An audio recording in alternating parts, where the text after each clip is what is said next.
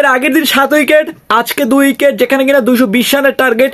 এমন পারফরমেন্স করলে আপনাকে যদি লখনউ নাই ডাকে তাহলে কেমনটা হবে? একটা সময় এই লখনউ সুপার জায়ান্টস তারা এর আগের বছরে এরকম একটা অফার দিয়েছিল তাসকিন আহমেদকে, এবং এই বছরে 7 উইকেট পাওয়ার পর তো এমনটা অফার না দিয়ে পারার কথা না। সো আজকের ম্যাচে 220 রানের টার্গেট, সেখানে আপনি 2 উইকেট নিয়ে মাত্র 21 রান দেন। সো আনবিলিভেবল বলতে হবে, অবিশ্বাস্য বলতে হবে।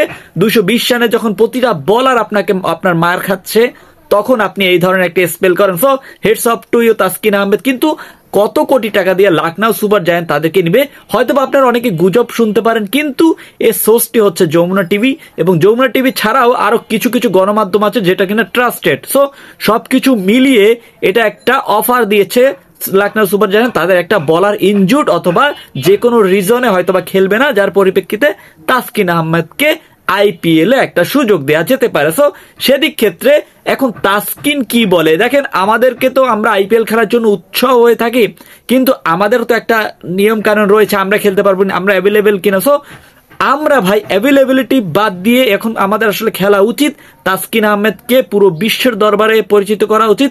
দেখেন এখানে যদি 7 উইকেট পাই, তাহলে আইপিএলে যদি 5 উইকেট পাই, সেটাই আমাদের জন্য অনেক বড় কিছু। সো তাসকিন আহমেদ বর্তমান সিচুয়েশন যেটা রয়েছে ভাই, ফর্মের তুঙ্গে রয়েছে। তাসকিনের পাশাপাশি নাহিদ রানা বলেন, আরো মুস্তাফিজুর রহমান বলেন, আরো যদি দুই একটা বাংলাদেশিদেরকে এরকম অফার আসতো। সো অফার আসবে ভাই, আপনি যদি ভালো ক্রিকেটটা খেলতে পারেন তাহলে অবশ্যই অফার আসবে। হ্যাঁ, রাজনৈতিক অতিকূল প্রতিকূল থাকতেই পারে, কিন্তু আপনার পারফরমেন্স দিয়ে তাদেরকে জবাব দিতে হবে। সো আজকের যে ম্যাচটি হয়েছে, 220 রানের টার্গেট দিয়েছে অলরেডি চিটাগং কিংসের হয়ে ওসমান খান 100 করছে, এবং ওসমান খান জাস্ট পাকিস্তানের হয়ে দুর্দান্ত ওসমান খান।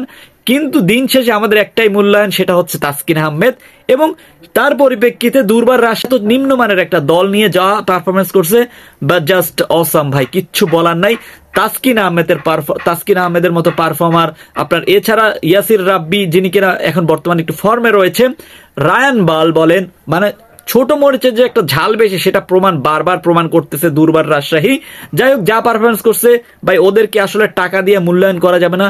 আসলে যদি আপনি সঠিক জায়গায় টাকা ঢালতে পারেন ভাই, আপনার আসলে লসের আমি এখানে কিছুই দেখি না। লস বা কেনই বা হবে, এখানে তো আপনি ভালো জিনিস এই কন্ডিশনে কে কেমন খেলতেছে, that is the most important. So আপনার তাসকিন আহমেদ লখনউয়ের হয়ে কত টাকা পেতে পারে, সেটা হচ্ছে যার পরিবর্তে তিনি রিপ্লেসমেন্ট হবে, তিনি কত টাকা পাইছে, সেই অনুযায়ী তাসকিন আহমেদ ওই টাকাটা পেয়ে যাবে। সো যাই হোক, আপনি কি মনে করেন আসলেই কি আইপিএল খেলাটা উচিত কিনা, কমেন্ট করে জানিয়ে দেন। আপনি কোন দলকে সাপোর্ট করেন প্লিজ কমেন্ট করে জানিয়ে দেন। ধন্যবাদ।